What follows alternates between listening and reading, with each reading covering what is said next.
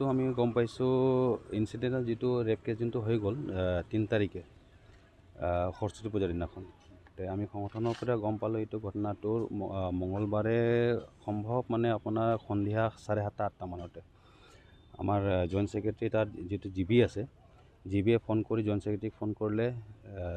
joint ছেক্ৰেটাৰীয়ে আমাৰ প্ৰেছিডেণ্টক phone কৰিলে প্ৰেছিডেণ্টৰ out of Diphu আছিলোঁ ময়ো আউট অফ কাৰ্বি আংলং আছিলোঁ তেওঁ আউট অফ কাৰ্বি আংলং আছিলে তাৰপিছতে আমি তদন্তকে খবৰটো লওঁ যে কি হ'ল বুলি কিনে জিবিক ফোন কৰিলে জিবিয়ে ক'লে যে এনেকৈ ঘটনা যে যোৱাকালি 3 তাৰিখে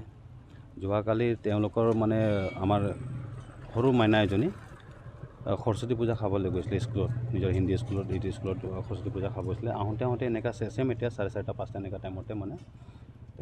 যিটো স্কুলটো আৰু ঘৰটো মানে ডিষ্টেঞ্চটো মানে আহোঁতে মানে অলপ জংঘল এৰিয়া আৰু ফিল্ড এৰিয়া পৰি যায়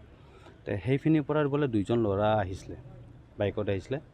বাইক ৰখাই কিনে সিহঁতে 2-3জনীমান মানে ফ্ৰেণ্ড আৰু ক্লাছমেটৰ আহি থাকোঁতে ছোৱালী 2-3জনী আহোঁতে মানে সিহঁতে বাইকটো ৰখাই কিনে এই ছোৱালীকেইটাক মানে ধৰিলে বোলে এজনী ছোৱালীয়ে 2জনী ছোৱালীয়ে পলাই গ'ল কেনেবাকৈ আৰু এজনী ছোৱালীক মানে ধৰি কিনি ৰেপ কৰি দিলে বুলি ক'লে ৰেপ কৰি দিলে কেনেকৈ বোলে কি নাই কথা মই গাঁওবুঢ়াই মোক এইটো কৰাৰ ব্ৰিফিংটো মোক দিলে এই আপোনাৰ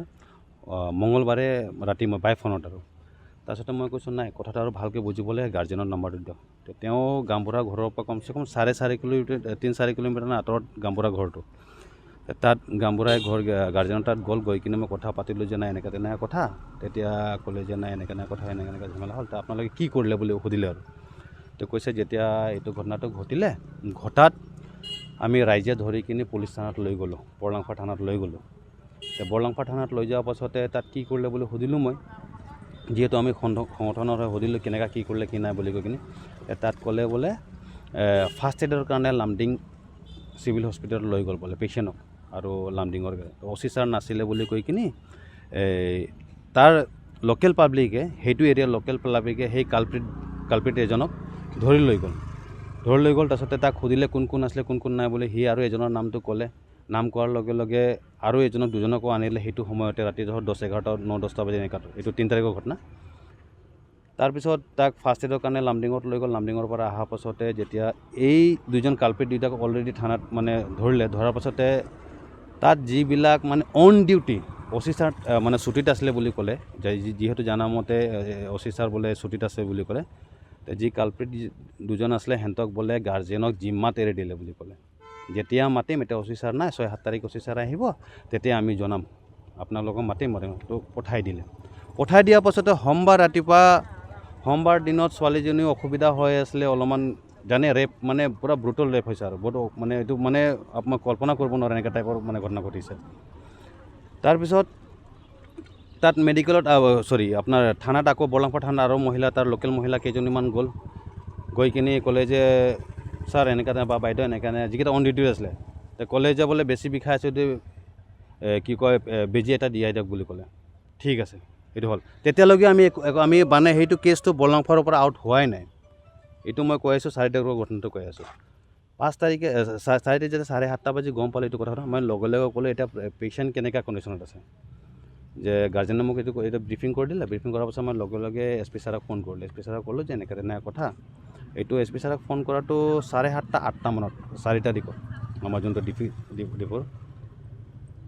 তেখেতক ফোন কৰিলে ছাৰে কৈছে মই একশ্যন কিবা এটা লৈ আছোঁ ময়ো নাই কিবা এটা কামত বাহিৰত আছোঁ তেতিয়া ময়ো মানে এইটো কেছটো শুনাৰ লগে লগে ময়ো মানে ডিফুলৈ মানে ইয়ালৈ আহিবলৈ ৰেডি হৈছোঁ তেওঁলোকেও মানে পেচেণ্টে কৈছে একদম প্ৰব্লেম হয় যিকোনো গাড়ী ঘোঁৰা যি পায় কিবা পায় আপোনালোকে অটো চটো যি পায় সেই বিচাৰাটো অটোত তাৰ নিজৰ অটোত লৈ আনিলে পেচেণ্টক ময়ো ৰাতি 11টালৈকে ইয়াত আহি পালোঁ সোমবাৰ দিনা পুলিচ নাই সেইটো সময়তে ছাৰে মানে SP ছাৰে থেংকছ ক'ব লাগে SP ছাৰক এই যোনটো বৰলাংফা থানাৰ কি অন ডিউটি বা যে অফিচাৰ যিকেইটা আছে সিহঁতে কি কৰিছে কি নাই এইটো মই নাজানো বা তেওঁলোকৰ ভুল আছে এইটো 100% ভুল আছে কিন্তু SP ছাৰে আমি যেতিয়া ফোন কৰিলোঁ ফোন কৰাৰ লগে লগে তেওঁ একশ্যন ল'লে উইদিন 3 আৱাৰ্ছৰ ভিতৰতে ডিলাইৰ অফিচাৰক পঠালে আমাৰ ডিফুৰ এডিশ্যনেল ছাৰক পঠালে আৰু ডিফুৰ কেইজনমান মানে আৰক্ষী বিষয়াক পঠাই কিনে 3 ঘণ্টাৰ ভিতৰত এই যিকেইটা কালপ্ৰিট 2জন আছিলে তেওঁলোকক ধৰি আনি কিনি তেওঁ মানে পেচেণ্টটো কি নাম এইকেইটা নামটো